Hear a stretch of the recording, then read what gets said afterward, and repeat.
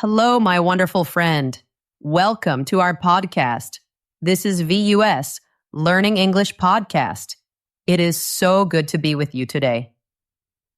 My name is Anna, and I am your friend on this English journey. I am so happy you are here. If you are new, welcome. We are a family here. We learn English together. We learn about life together. If you are a returning listener, thank you. Thank you for coming back. It means so much to me. Your support is a beautiful gift. Today, we have a very special episode. It is an episode about a feeling, a very common feeling, the feeling of being scared to speak, especially in front of other people. Maybe you feel this at work. Maybe you feel this at school. Maybe you feel this when you meet new people. Your heart beats fast. Your hands feel cold. Your stomach feels strange. This feeling has a name. Some people call it butterflies in the stomach. It feels like little butterflies are flying inside you. It can be a scary feeling. It can make you want to run away. But today we will learn a secret. We will learn that this feeling is not your enemy. This feeling can be your friend. This feeling can give you power. In this episode, we will learn how to make this feeling your friend. We will learn simple tricks, easy ideas for your mind and your body. These ideas will help you feel strong. They will help you feel confident. You can do this. I believe in you. We will do this together. Thank you so much for listening today. Thank you for choosing to spend your time with me. It is an honor. If you like our podcast, please think about subscribing or following our channel. When you subscribe, you help our community grow. You help more English learners find us. You help us make more episodes for you. Thank you for your kindness. I'm always curious about you. Where are you listening from today? Tell me in the comments. I love to read your messages. Are you in Japan? Hello to my friends in Japan. Are you in the United States? Hello to my friends in the United States. Are you in South Korea? Hello to my friends in South Korea. Are you in India? Hello to my friends in India. Wherever you are, I am sending you a warm hello. Now let's begin our journey together. Let's learn how to speak with courage. Let's learn to turn worry into wonderful energy. Are you ready? Let's start. Do you know this feeling? I want you to imagine something with me. You are in a room. Many people are looking at you. Soon you will need to stand up. You will need to speak. And then it starts. A little flutter in your stomach. A tiny moving feeling. It is very quiet at first. It feels like a little secret. Just a little message to you. The message is something big is going to happen. But then the feeling does not stay small. It grows and grows and grows. Soon it does not feel like one little butterfly.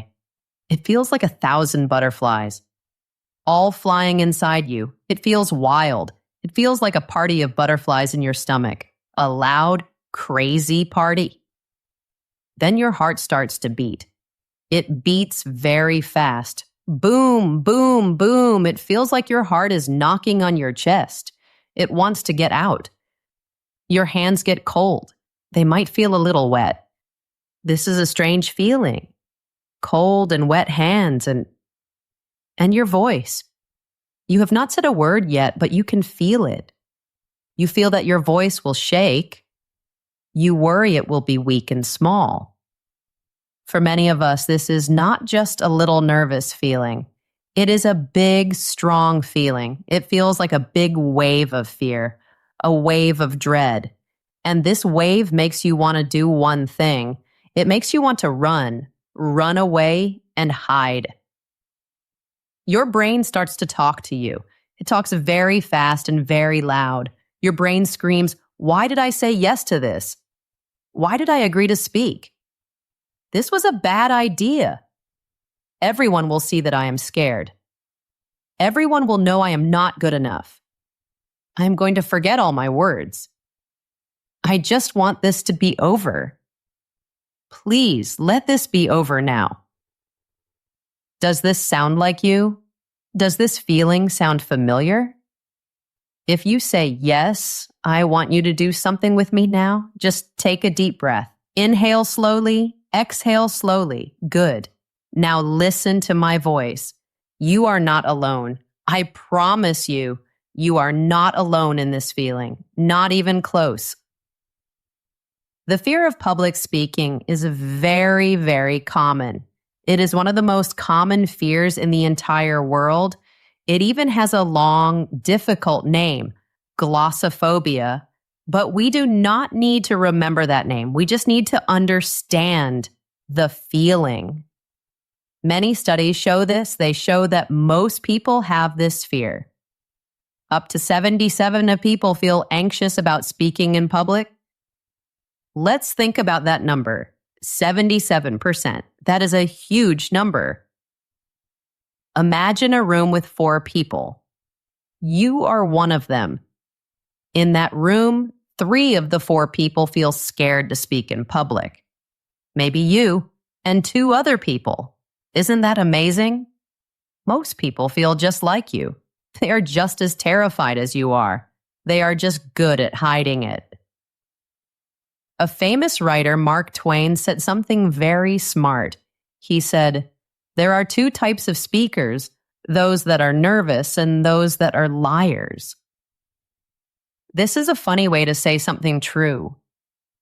Everyone feels nervous.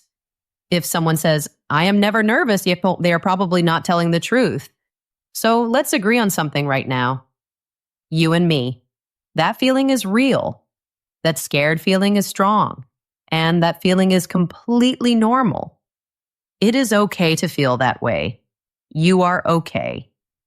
Now I have a question for you. What if that feeling is not your enemy? What if that feeling is not bad?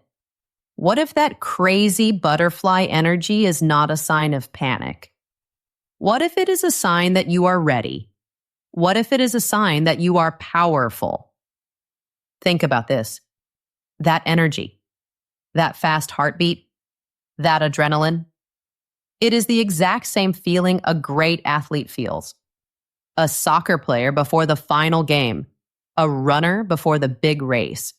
It is the same feeling a rock star feels, right before they go on stage in front of thousands of people. This feeling is not a mistake. It is a signal. It is a sign that you care. It is a sign that this moment is important to you. This speech matters to you. That is a good thing. It shows you have passion. The problem is not the energy. The problem is that the energy is wild. It is untamed. It is a storm of butterflies flying in all directions. It feels like chaos. In this episode, we are going to learn something new. We are going to become the leader of that energy, the conductor of the orchestra. We will take those wild, chaotic butterflies and we will teach them to fly together. We will teach them to fly in formation. We are not going to make the butterflies disappear. We need their energy, but we are going to use them. We are going to harness their power.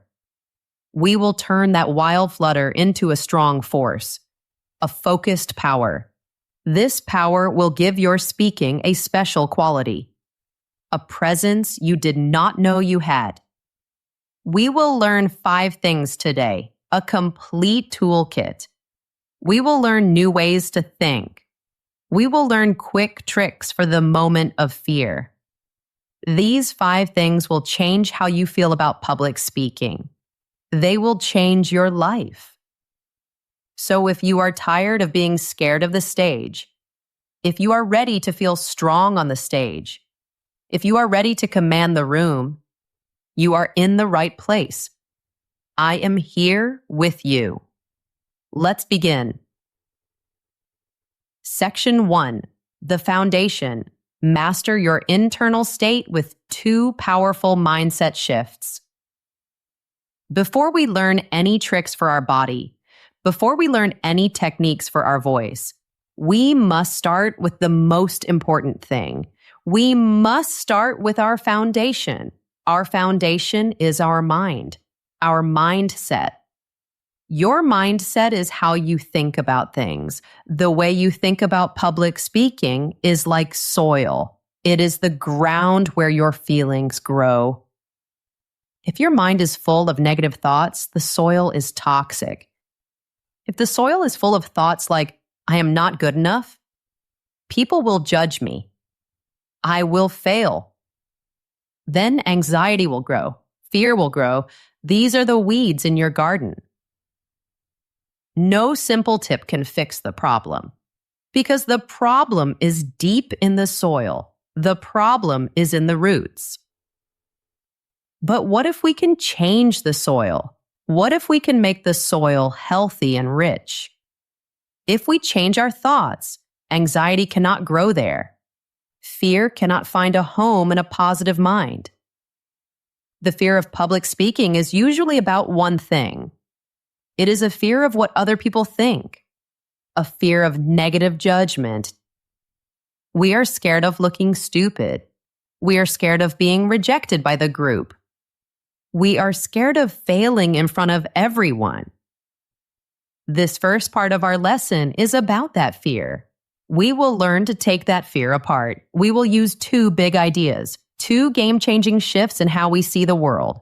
These 2 ideas will change the soil of your mind. Let's plant some beautiful new seeds. Mindset 1. The great reframe. Your nervousness is actually excitement. This first idea is very simple. It might sound too simple, but I promise you it is so powerful. It is one of the best psychological tools you can learn.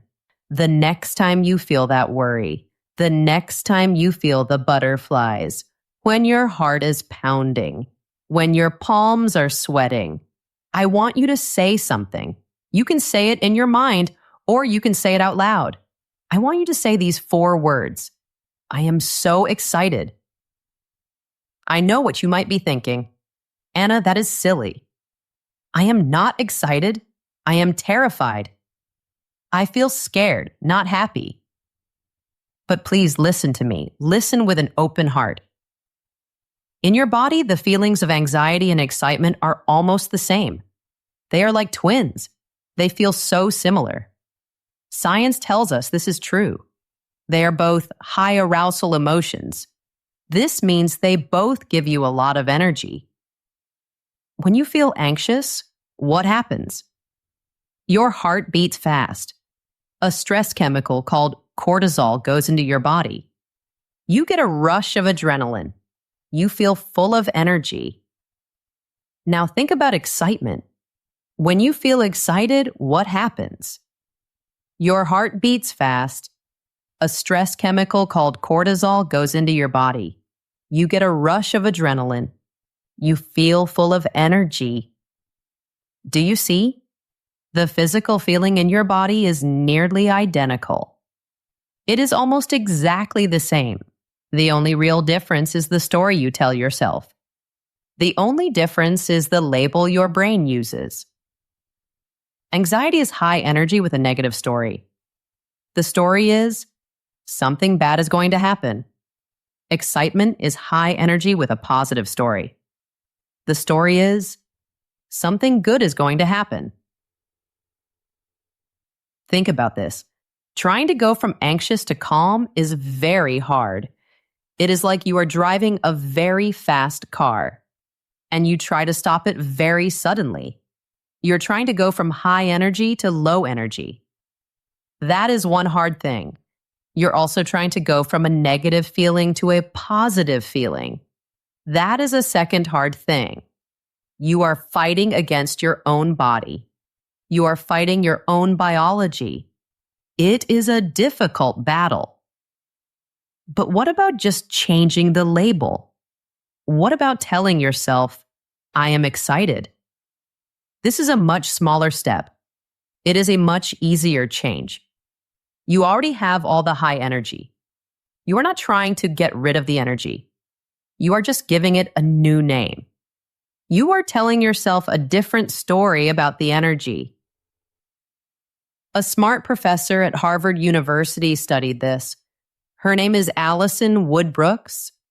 She did some very interesting experiments. Let me tell you about one. She asked people to do something scary. She asked them to sing karaoke in front of other people. Singing in front of people can make you feel very anxious. Before they sang, she divided them into groups. She told one group to say, "I am anxious." She told another group to say, "I am excited." What happened? The people who said, "I am excited," did not just feel better, their singing was actually better. Other people listened to their singing. They said the excited group sang with better pitch, with better volume, with better rhythm. They were better singers in that moment, just by saying, "I am excited." She did another study, this time with the public speaking task. Again, one group said, "I am anxious." The other group said, "I am excited." The results were amazing. The "I am excited" group gave better speeches. People who listened said they were more persuasive, more competent, more confident. They were more powerful speakers. Why does this simple trick work so well? Professor Brooks explains it like this. It changes your mindset. It moves you from a threat mindset to an opportunity mindset. When you feel anxious, the speech feels like a threat. It feels like a dangerous situation, a place where you can fail, a place where you can lose respect. But when you tell yourself you are excited, everything changes. The same speech now feels like an opportunity. It feels like a chance to do something wonderful, a chance to connect with people, a chance to share your ideas, a chance to make a difference, a chance to inspire someone. This opportunity mindset makes you a better speaker. It makes you more charismatic, more interesting, more effective. It turns you from a scared person into a star. So let me give you a new job the next time the butterflies go crazy in your stomach. Do not fight them. Do not try to push them away. Welcome them. Acknowledge the energy. And then give that energy a new name. Give it a new job. Say the words. Say them with feeling. My heart is beating fast because I am excited. My body is full of energy. This energy is here to help me. This energy is my power. You are not a victim of this feeling. You are not helpless. You are the director of your energy. You are the boss. You tell the energy what to do, and you tell it. We are excited. Mindset shift. 2, the service mindset. Your speech is not about you, it's about them. This second idea is so important. It is just as important as the first one. This idea can free you from so much worry. When we think about giving a speech, what do we think about? For most of us, our thoughts are all about ourselves. Our inner voice says, me, me, me. How do I look? What will they think of me? What if I forget my words? Are they judging me? This focus on yourself is like a magnet for anxiety. It pulls all the worry towards you. It turns your speech into a performance, a show, and it turns the audience into judges, a scary panel of judges with scorecards. This is a very stressful way to think. The secret is to change your focus. Flip it completely. Turn the camera around. Stop looking at yourself. Start looking at the audience. This speech is not a performance. It is not about getting applause. It is an act of service. It is a gift. You are on that stage for one reason. You are there to give the audience something. You are there to serve them. What can you give them? You can give them a new idea. You can give them a new way to see things. You can give them a feeling of hope. You can give them a solution to a problem. You can even give them a good laugh, a moment of joy. Before you write your speech, before you even think about your first word, you must ask these questions. Who are the people in the audience? What do they need? What are their problems? What are their dreams? How can I help them? What gift can I give them today? When you truly, deeply think this way, when you adopt this service mindset, something magical will happen. Your worry about yourself will start to disappear. It will melt away like ice in the sun. Think about it. It is very difficult to worry about your hair when you are completely focused on helping someone. It is very hard to worry about your shaking hands when your only goal is to make sure your message helps someone. The spotlight in your head moves. It moves away from you. And it shines on the audience. It shines on their needs. It shines on the gift you are giving them. Let me give you an example. Imagine your best friend is very sad. Your friend has a big problem, and you know how to help. You have the perfect advice, the perfect words to make them feel better. You meet your friend for coffee, you sit down with them, you look in their eyes, and you share your advice. In that moment, are you worried about your posture? Are you thinking about your hand gestures? Are you worried if you are saying, too much? Of course not. You are not thinking about yourself at all. You are 100% focused on your friend. You are focused on helping them. Your heart is full of care for them. A speech is the exact same thing. It is the same idea, but with more people. The audience is your friend. Think of them as a room full of friends. They came to listen to you for a reason. They believe you have something for them. They hope you have a gift for them. Your only job is to give them that gift with an open and generous heart. So, how do we practice this mindset? Here are 3 simple steps. First, know your audience. Before your speech, learn about them. What are they interested in? What do they already know? What are they struggling with? What do they hope to learn from you? When you know them, you can prepare a gift that is perfect for them. Second, change your goal. Your goal is not to survive the speech. Your goal is not to not look stupid. These are self-focused goals. Create a service-focused goal. For example, my goal is to make sure every person leaves with one new idea. My goal is to make the audience feel hopeful and inspired. My goal is to give them 3 simple tools they can use tomorrow. A service goal gives you a mission. It gives you a purpose beyond yourself. Third, use a mantra. A mantra is a short phrase you repeat to yourself right before you walk on stage, just before the music starts. Repeat these words in your mind. This is not about me. This is about them. This is my gift to them. When you do this, you change completely.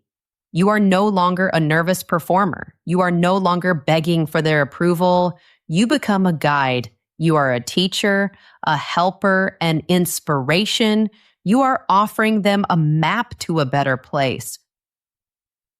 This mindset does more than just reduce your anxiety. It makes your speech better. It makes your message more powerful. It makes you more authentic because your words are coming from a place of love, from a place of generosity, not from a place of ego, and people can feel that difference. Section 2, The immediate fix. In the moment calming techniques. We have done the work on our mind. We have planted new seeds of thought. That is the foundation. That is the most important long-term work. But what about right now? What about the moment of crisis? You are standing backstage. You are waiting for your name to be called. And you feel it. The wave of panic, the storm inside you. In that moment, you don't need a long-term strategy. You need an emergency tool. You need a quick fix. In this section, we will learn tools for your body. These are direct physical interventions. They are like buttons you can press. Buttons that can calm your nervous system down quickly, effectively. Think of these as the emergency brakes for your anxiety. When the car of your fear is going too fast, you can use these techniques to slow it down, to take back control of the wheel. Let's learn 2 powerful techniques. Technique 1, the physiological sigh, your built-in reset button. If you learn only one thing from this episode today, please let it be this. This is a gift you can give yourself anytime you feel stress. It is a breathing technique, but it is a very special one. It was made popular by a smart scientist, a neuroscientist from Stanford University named Dr. Andrew Huberman. He studies the brain, and he says this is the fastest known way to calm down. The fastest way to tell your brain and body, relax. This is not a long, slow meditation. This is a tool designed to be used in the middle of a storm, in the middle of a panic. So, what is it? What is this physiological sigh? It is a special pattern of breathing.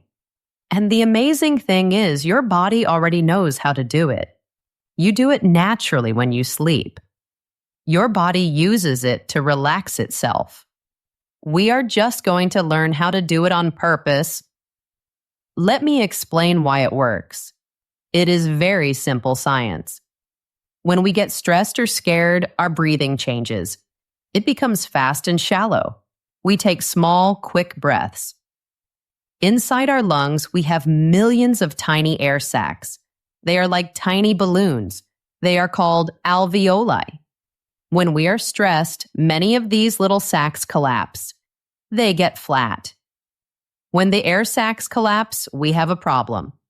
We cannot get rid of old air efficiently. The old air is called carbon dioxide. When too much carbon dioxide builds up in our body, that is a major signal for panic. It creates the feeling of air hunger, the feeling that you cannot get enough air. This feeling makes the panic worse. The physiological sigh is the way to fix this. It is how you manually solve the problem. It uses a special double inhale. This double inhale pops all those little air sacs back open. It inflates all the tiny balloons. This hugely increases the space inside your lungs. It creates more room. Then, on the long exhale, you can get rid of so much carbon dioxide. You blow out all the old stale air. This sends a powerful message to your brain. The message is, everything is okay, calm down now. It is like hitting a reset button for your whole body. So how do you do it? It is so simple. You can do it with me right now. There are 3 steps. Step 1. Take a deep, full breath in through your nose. Fill your lungs as much as you can.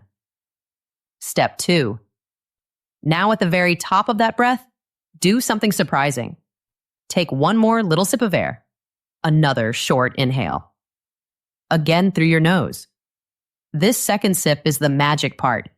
It opens up the rest of the air sacs. Now your lungs are completely full. Step 3. Exhale all the air out. Slowly, completely. Through your mouth, Make the exhale very long, longer than your 2 inhales together. Let it all go. That is it. That is the physiological sigh. Let's try one together now. Ready? Deep inhale through the nose. Now one more little sip of air at the top. And now a long, slow, complete exhale through your mouth. How do you feel? Just 1 or 2 or 3 of these sighs can change everything. It can have a huge, immediate effect on your anxiety. It stops the panic in its tracks. And the best part? It is secret. It is discreet. No one needs to know you are doing it. You can do it while you are sitting in the audience, waiting for your turn to speak. You can do it while you are standing backstage. You can do it right before you say hello. No one will even notice. It is a science-backed biological reset button. It puts you back in the driver's seat of your own body. Please remember this tool. It is a superpower. Technique 2, grounding. The power of posture. When you feel anxious, where is your mind? Is it in the present moment? No, your mind is in a tornado of what if. What if I fail? What if they laugh? What if I forget everything? Your mind is not in the real room. It is in a scary future, a future that you invented in your head. Grounding techniques are tools to fix this. They are designed to pull you out of the mental storm and anchor you back into your physical body, back into the present moment, back to reality. The simplest grounding technique is this. Feel your feet. That's it. Right now, wherever you are, I want you to feel your feet on the floor. Really, truly feel them. Notice the pressure of the floor on the bottom of your feet. Can you feel the texture of your socks? Is the floor hard or soft, warm or cold? Wiggle your toes inside your shoes. Feel each toe moving. That ground beneath you is solid. It is real. It is not going anywhere, and you are not going anywhere. You are here. You're safe. Now expand your awareness. Feel the chair that is supporting you. Notice the pressure of the chair on your back and legs. Notice the temperature of the air on your skin. Is it cool? Is it warm? Just notice. By focusing on these simple physical feelings, you are doing something very important. You are interrupting the anxiety loop in your brain. You are breaking the cycle of worry. You are telling your brain, hey, come back here. Come back to the present moment. Right here, right now, we are safe. This grounding technique works perfectly with another idea, the power of your posture, how you hold your body. A social psychologist named Amy Cuddy studied this. She researched something she called power posing. Her research showed something amazing. When you make your body look confident, you actually start to feel more confident. Your body can change your mind. When we feel anxious, our bodies want to shrink. They want to become small. We hunch our shoulders forward. We cross our arms over our chest. We look down at the floor. We try to make ourselves invisible. This is a posture of fear. So we must do the opposite. Before you go on stage, find a private place for 2 minutes. A bathroom stall is perfect. A quiet corner is good too. And for 2 minutes, I want you to stand like a superhero. Stand with your feet apart. Place your hands on your hips. Push your chest out. Lift your chin up. Look forward. This is the Superman pose, or the Wonder Woman pose, or you can raise your arms up in a big V shape. The V is for victory. Stretch your body out. Make yourself as big as possible. I know it feels a little silly at first, but you are sending a very powerful signal to your brain. You are telling your brain, I am in charge. I am strong. I am powerful. You are faking it until you become it. Your body is teaching your mind to be brave. Then when you walk on stage, carry that posture with you. Plant your feet firmly on the ground, about shoulder width apart. Keep your shoulders back. Keep your chest open. Keep your hands open and relaxed, ready to make gestures. Do not hide your hands in your pockets. This confident posture does two things. First, it tells the audience that you are confident. They will see you and think, wow, this person is ready. But more importantly, it tells your own brain that you are confident. It tells your brain that you are safe, that you are ready, that you are in control. Combine these two things. Feel your feet on the solid ground and stand in a strong, open posture. You are grounded. You are powerful. You are ready. Section 3. The Preparation Protocol. Building Unshakable Confidence. There is a famous saying, the best cure for stage fright is to know what you're talking about. This is so true. It is simple, but it is deeply true. Research shows that a huge part of a speaker's anxiety comes from one feeling, the feeling of being unprepared. When you feel unprepared, your brain sees the speech as a danger, a threat, because you are stepping into the unknown. But when you are deeply, truly prepared, you send a different signal to your brain. You send the signal, I've got this.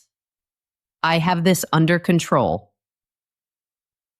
Preparation turns the scary unknown into the comfortable familiar, and that is where real confidence comes from. Confidence is born from preparations. But here's the big mistake many people make. They think preparation means memorizing a script.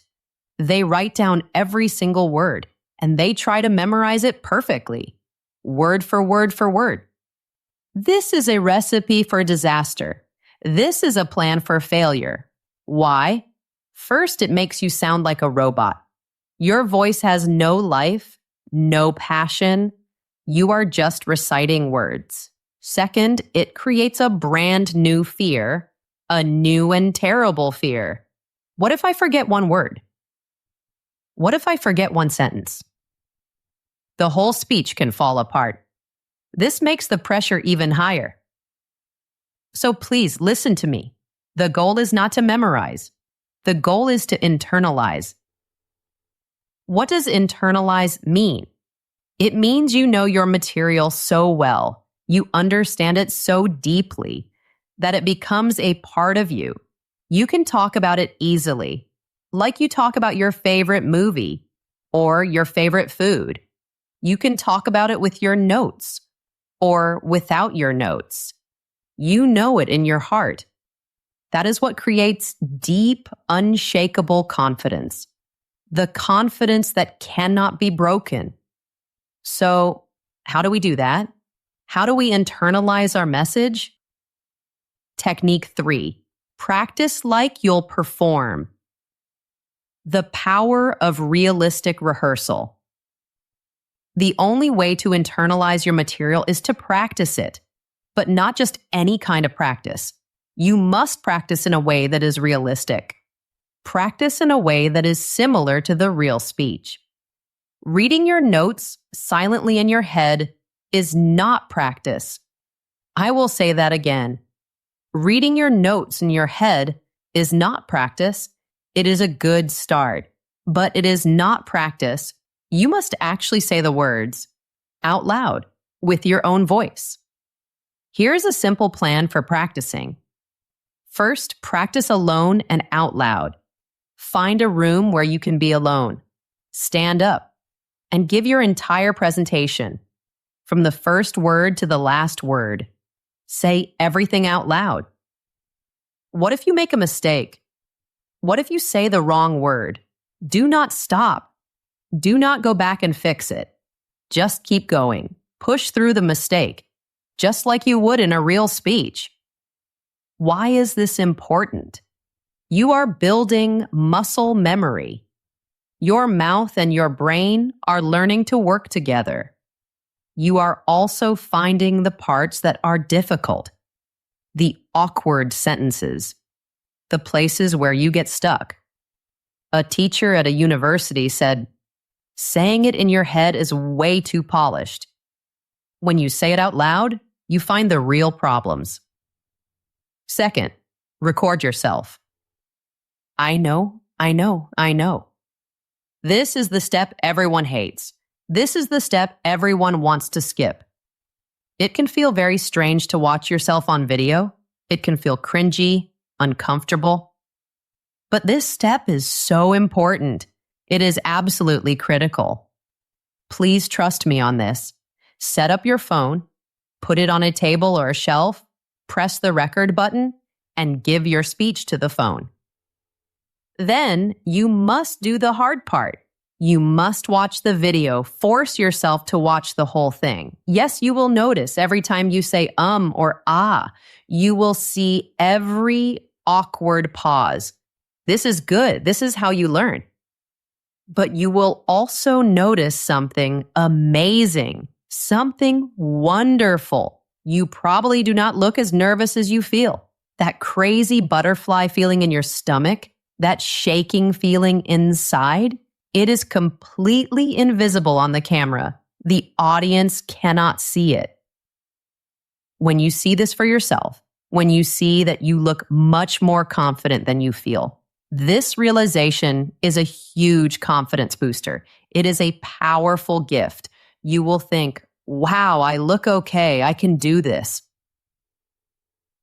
Third, practice in front of a small, friendly audience. This is the next step. Find one or two people you trust, a good friend, your husband or wife, your brother or sister, anyone who will be kind and supportive. Ask them, can I practice my speech for you? This step is a form of exposure therapy. It means you get used to the scary thing in a safe way. You get used to having eyes looking at you. But it is a low-stakes game. It is not a big, scary audience. It is just a friend. This makes the real thing feel less scary. There are organizations that help with this, like Toastmasters International. This group exists to give people a safe place to practice speaking. It is a gym for public speaking. You can build your speaking muscles there. Finally, practice with your tools.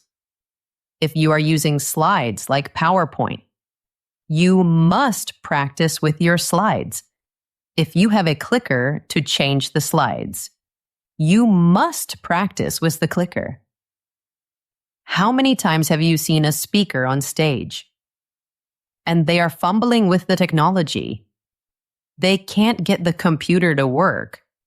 The slides are not showing. The clicker is broken. Every second the speaker spends on a technical problem is a second that their confidence goes down and their anxiety goes up. Your slides are there to help you. They are your support. But they are not your script. They are not a teleprompter. You should know your speech even if the slides don't work. Practice will help you do that. When you practice in these different ways, alone, out loud, recording yourself, with a friend, with your tools, you're slowly and systematically removing the fear. You're removing all the unknowns, the things that make you anxious. So when you finally walk onto the real stage, it will not feel like a new terrifying experience. It will just feel like one more repetition, one more practice run. You have done this before. You know you can do it again. This is true preparation. This is how you build confidence that no one can shake. Section 4, the mental rehearsal. Winning before you begin.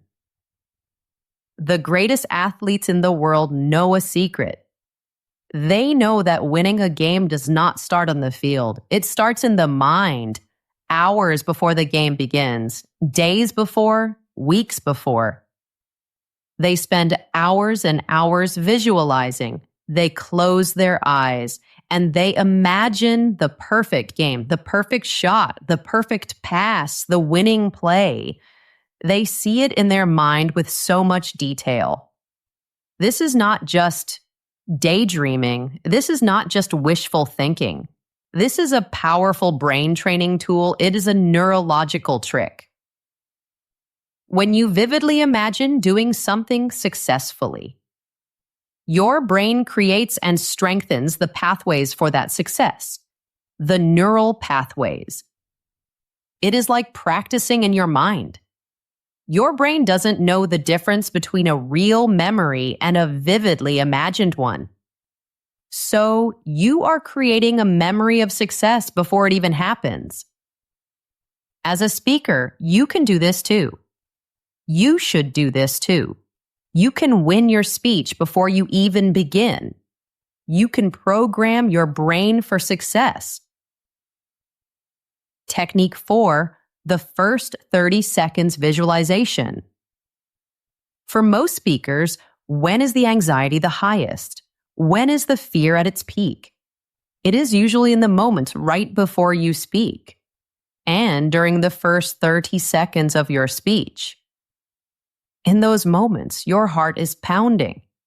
Everyone is looking at you. The pressure is at its maximum level. It is the hardest part. If you can get through that opening part successfully, if you can nail the first 30 seconds, the rest of the speech feels so much easier. It's like taking off in an airplane. The takeoff is the hardest part. Once you are in the air, it is smoother. So that is what we are going to practice in our minds. We are going to mentally rehearse the perfect takeoff. Here is how you do it. Find a quiet place where you won't be disturbed. Sit down or lie down. Close your eyes, and we are going to play a movie in your head. A mental movie of the beginning of your speech. Make this movie as detailed and vivid as possible. Use all your senses. Imagine it now. You hear your name being called. And now, please, welcome. You feel a smile on your face. See yourself standing up and walking confidently to the stage. Not too fast, not too slow. A calm, confident walk. Feel your feet as they plant firmly on the floor of the stage. Feel that solid ground beneath you. Notice the lights. Feel the warmth of the lights on your face. Look out at the audience. See the faces in the crowd. And look for friendly faces. See, some of them are smiling at you. They look interested. They are happy you are there. Make eye contact with one of those smiling people. Now, in your mind, imagine yourself doing our special breath. Take one last calming physiological sigh. A deep double inhale through the nose. A long, slow exhale through the mouth. Feel the calm spread through your body. And then, hear yourself speak your opening line. Listen to your own voice. It is strong. It is clear. It is steady. It does not tremble. It sounds confident. Picture the words flowing out of you, easily and smoothly. See people in the audience nodding their heads. They are engaged. They are with you. Feel that first wave of nerves, but feel it changing. It is turning into focused energy. It is turning into excitement. Feel a small, real smile on your face as you realize something. You realize, I've got this. I am doing it. Run this mental movie in your head again and again. Play it 5 times, 10 times, 20 times. The more you play it, the more real it becomes in your brain. You are doing 2 things here. First, you are desensitizing your brain. You are making the scary moment feel less shocking, less new, because your brain has been there before many times. Second, you are replacing the old program. The default program in your brain is the anxiety program, the movie of failure. You are installing a new program, the confidence program, the movie of success. So when the real moment finally arrives, when you hear your name called in the real room, your brain will feel a sense of déjà vu, a feeling of, I have been here before. It knows the script. It knows the successful movie. And it will be much easier to follow that successful script. Technique 5, what if? Scenario, planning for resilience. Visualizing success is wonderful. It is positive and powerful. But we also have to be realistic. Our anxious brains are very creative. They are experts at imagining failure. They love to play the what if game. Your brain whispers to you, what if I forget my words completely? What if the microphone stops working? What if my slides don't show up? What if someone asks a difficult question that I can't answer? These fears are like little monsters in your mind. The worst thing you can do is ignore them. If you ignore them, they get bigger and louder. The trick is not to ignore them. The trick is to face them, to confront them with a plan. Confidence is not believing that nothing bad will ever happen. That is not confidence. That is fantasy. Real confidence is knowing that if something bad happens, you can handle it. You have a plan. You are resilient. So let's make a plan for your fears. Take out a real piece of paper or open a new note on your phone. Draw a line down the middle. On the left side, write down your top 3 what if fears. Be honest. What are you most afraid of? Now on the right side of the paper, next to each fear, write a simple 1-sentence plan. A plan for how you will handle that situation if it happens. Let's do some examples together. Fear on the left side. What if I have a total mind blank? What if I forget what to say? This is a very common fear. Okay, let's make a plan. Plan on the right side. I will pause, take a slow sip of water, look down at my notes, find my place, smile at the audience, and then continue. This plan is so powerful. It gives you permission to be human. You are not a robot. It is okay to pause. It is okay to look at your notes. The audience will not mind. They will understand. Having a plan removes the panic. Let's try another one. Fear on the left side. What if the technology fails? What if my slides don't work? This happens all the time. Let's make a plan. Plan on the right side. I will smile and say, it looks like we have a small technical problem, but that's okay. And I will give my talk without them, just like I practiced. Do you see why it is so important to internalize your message, not memorize it? If you have internalized your message, the technology is a bonus. It is a nice addition, but it is not a crutch. You don't need it to survive. You can give your speech without it. Having this plan makes you feel powerful, not helpless. One more example. Fear on the left side. What if someone in the audience asks a mean question? Or a question I don't know the answer to? This can feel very scary. Let's make a plan. Plan on the right side. I will listen calmly, take a breath, say, that's a very interesting question. And if I don't know the answer, I will say with total confidence, I don't have that specific information right now, but I will find out and get back to you. See, you don't have to know everything. No one knows everything. Admitting you don't know something does not make you look weak. It makes you look honest. It makes you look confident and trustworthy. The key is to say it with confidence, not with panic. By doing this simple exercise, by writing down your fears and your plans, you are taking the power away from your fears.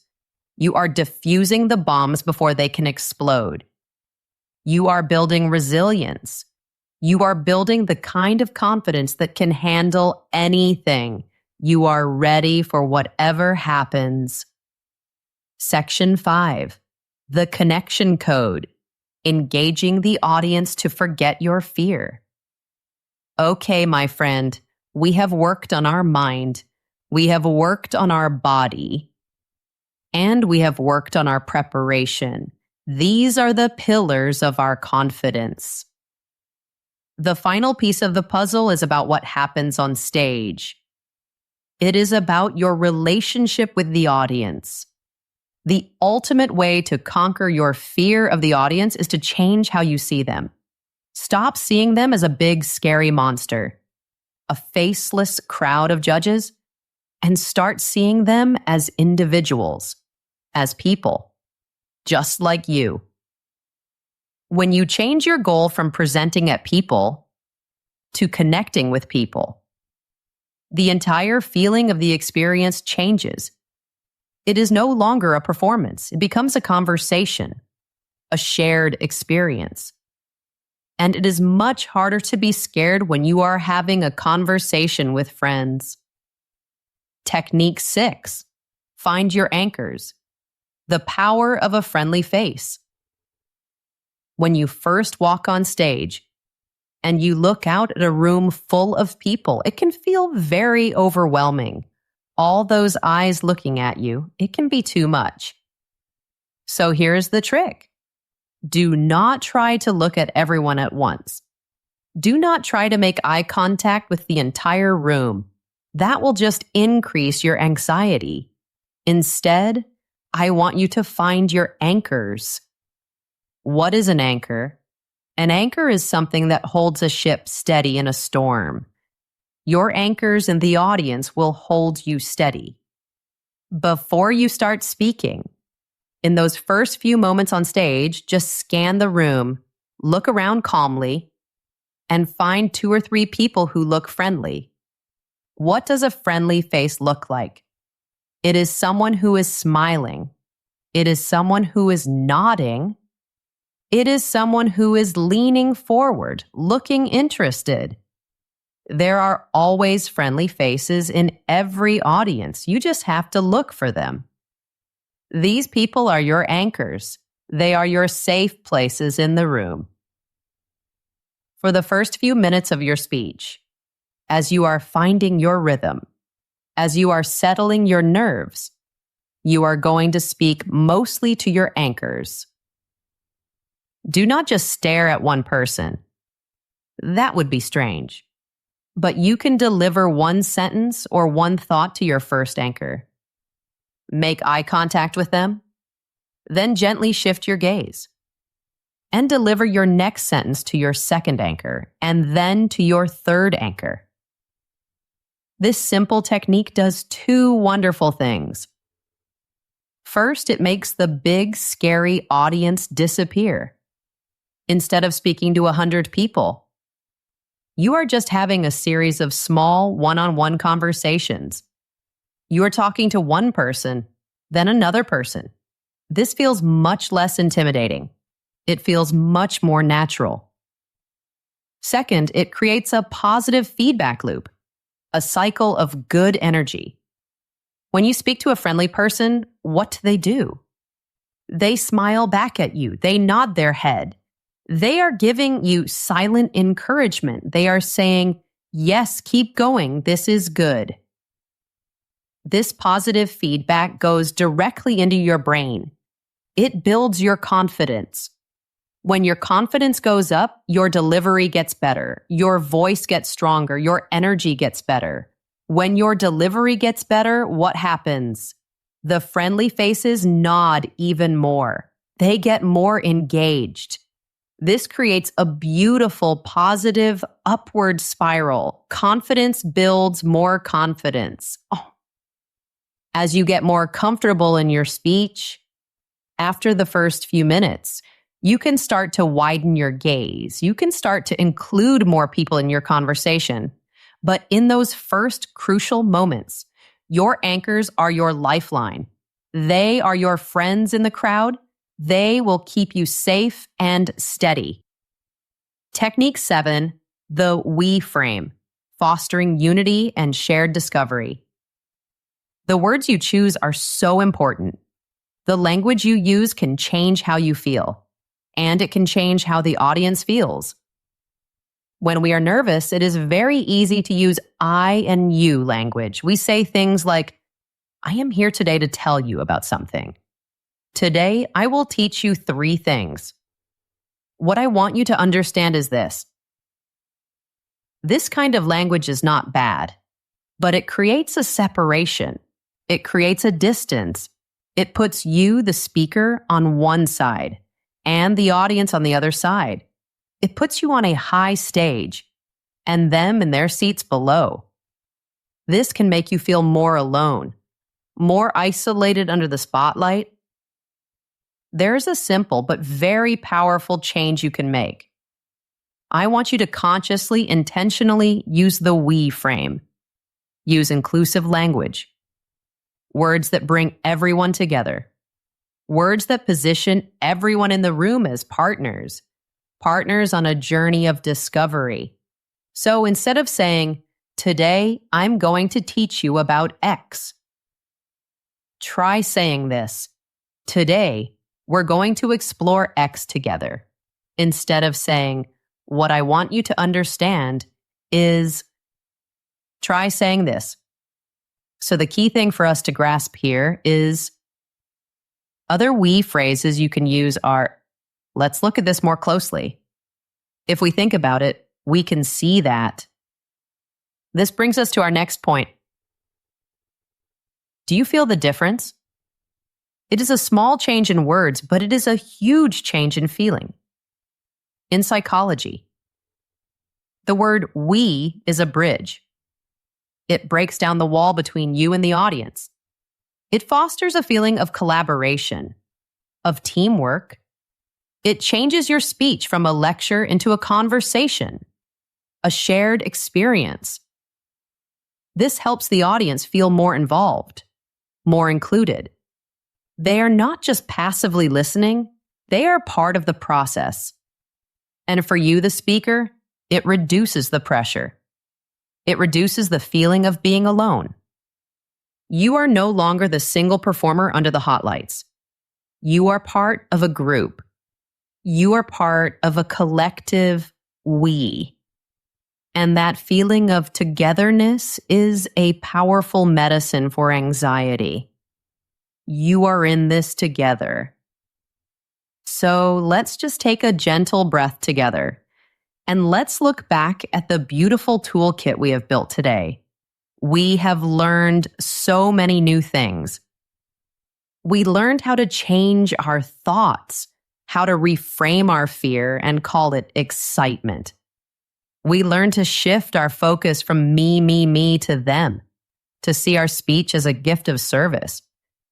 We learned real physical tools for our body, in-the-moment techniques to calm us down instantly, like the amazing Physiological Sigh, our built-in reset button.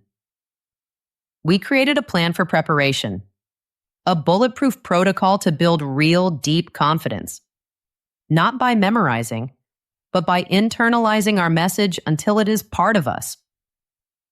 We learned how to practice in our minds, how to use mental rehearsal to win before we begin. We visualized success in the first 30 seconds, and we made plans for our biggest what-if fears. And finally, we learned how to connect with the people in the room, how to find our friendly anchors, how to use the power of we to create a shared journey. That feeling of butterflies in your stomach, that flutter of energy, it will probably never go away completely. And you know what? That is a good thing. That is a very good thing. Remember what the famous writer Mark Twain said: "The nervous speakers are the ones who are telling the truth." Those butterflies are a sign that you are alive. They are a sign that you care deeply. They are a sign that what you have to say is important. They are a source of incredible energy. The difference now is that you are the leader. You are in command. You have the tools. You have the knowledge. You can take the wild, chaotic flutter of those butterflies and you can make them fly in perfect, beautiful formation. You can channel that energy. You can turn it into focus, into passion, into impact, into a powerful connection with other people. This is a skill. Speaking with confidence is a skill, just like learning English is a skill, or learning to ride a bicycle is a skill. And like any skill, it gets stronger with practice, with patience, and with kindness to yourself. Do not wait for a big, scary speech to practice. Start small. Try one of these techniques before your next meeting at work. Use the physiological sigh before you make a difficult phone call. Practice the service mindset when you talk to a new person. You will start to build real confidence, one small step at a time, one small victory at a time. You are capable of so much. Please believe in yourself. I believe in you. Thank you. Thank you for spending this time with me today. It was a joy to be with you. I hope this episode gave you a little bit of peace and a little bit of power. If you found this helpful, please tell me in the comments. I love hearing your stories.